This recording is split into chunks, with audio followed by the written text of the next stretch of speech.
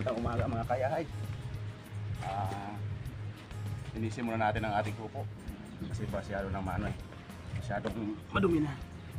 Marami ng basura nakakalat kaya linisin muna natin. Tara natin. Actually nakaumpisa na ako kanina. Marami na ako nalinis. Mga kawayan na itabi ko na. Yung iba ay nakakot na sa labas kaya yung mga dumi na lang, basura na lang yung ating ulin. Itabi natin para malinis ating kupo.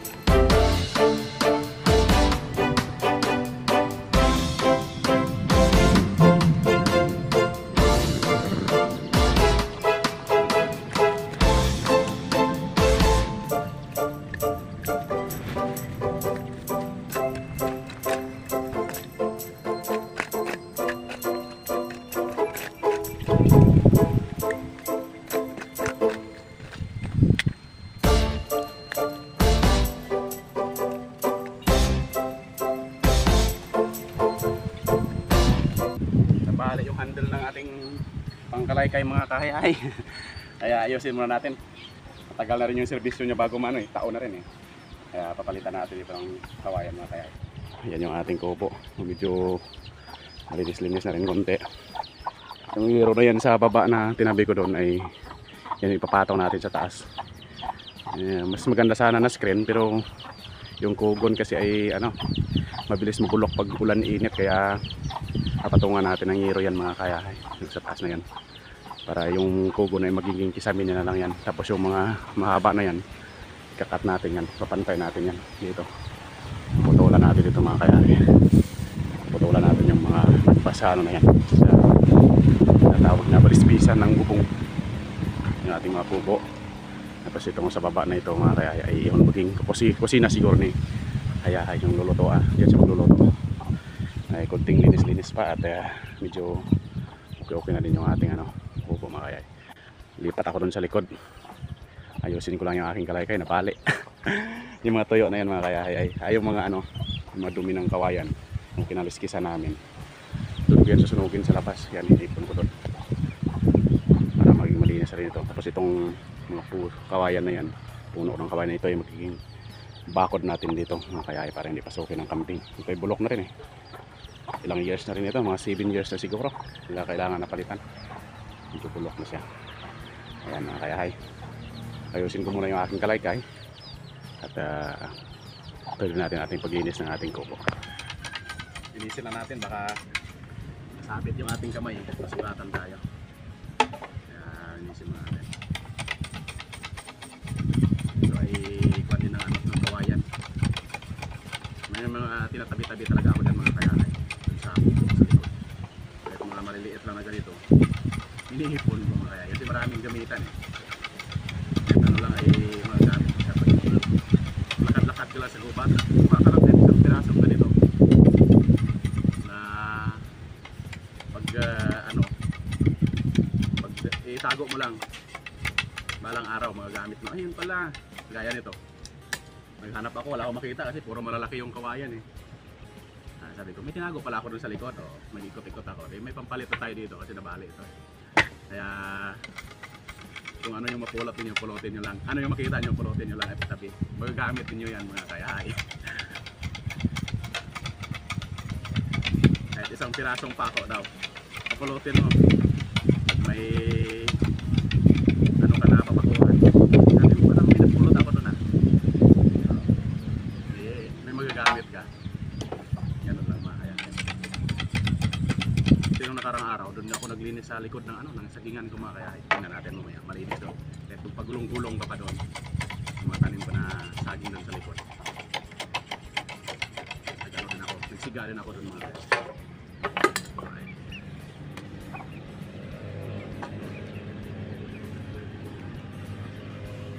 Dito matibay-tibay dito tayo.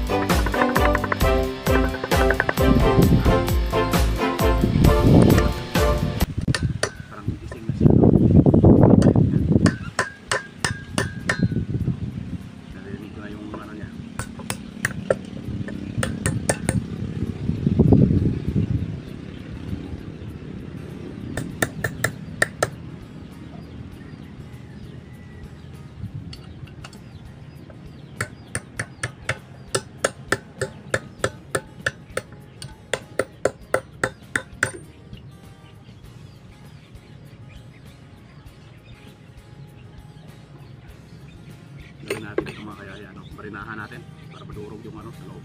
Kuhala ko ng drill. Itirahin natin ng drill ito. Malalim kasi pagkabaon nakabot dito kaya maliit dito. Masikip hirap durog din. Kuha ko ng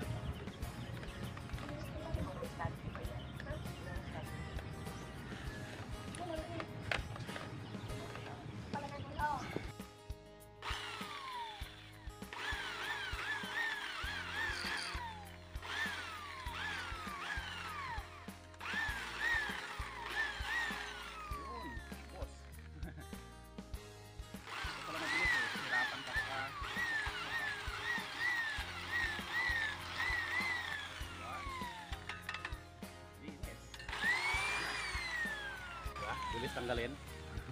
Yan na, pinahirapan pa ko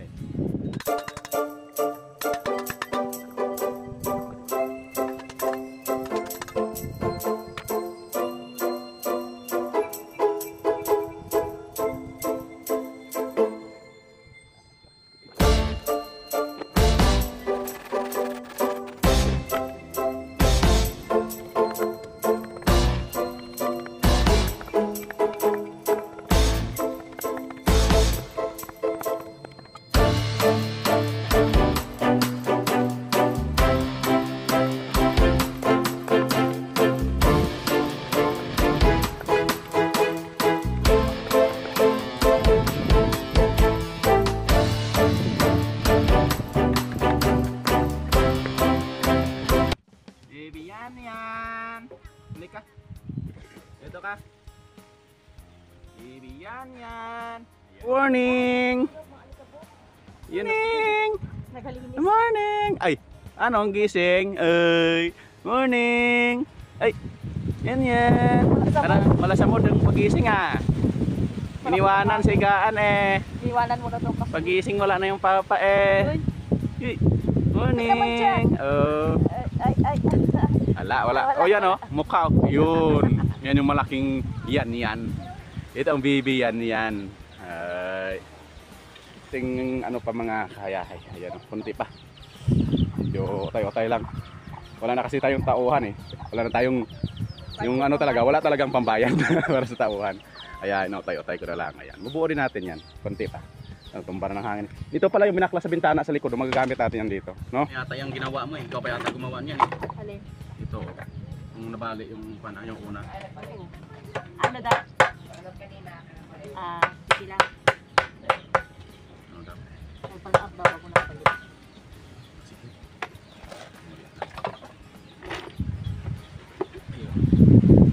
Ay, mga kayan yan. Yun. Mungkin ulit. Tapos dito natin susunugin mamaya sa labas. Kasi Bawal pa magsunog ngayon, malakas ang hangin. Malakas ang hangin. Saka basa pa ito, hindi pa pwede. Pag tuyo na, ano natin sunugin.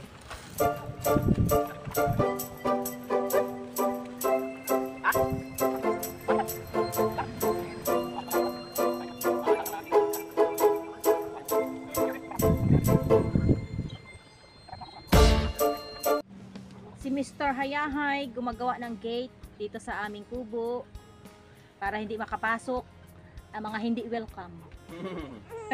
Lahat welcome. Pati aso. Aso lang kasi, Ayun. ano yan eh. Ang aso namin kasi dito nagahiga talaga dito sa lamesa. Delikado sa Hindi ating lang dito sa kawayan nagahiga, kundi talaga dito sa lamesa nagahiga yung aso naming si Kiwi. Kaya kailangan ay may harang.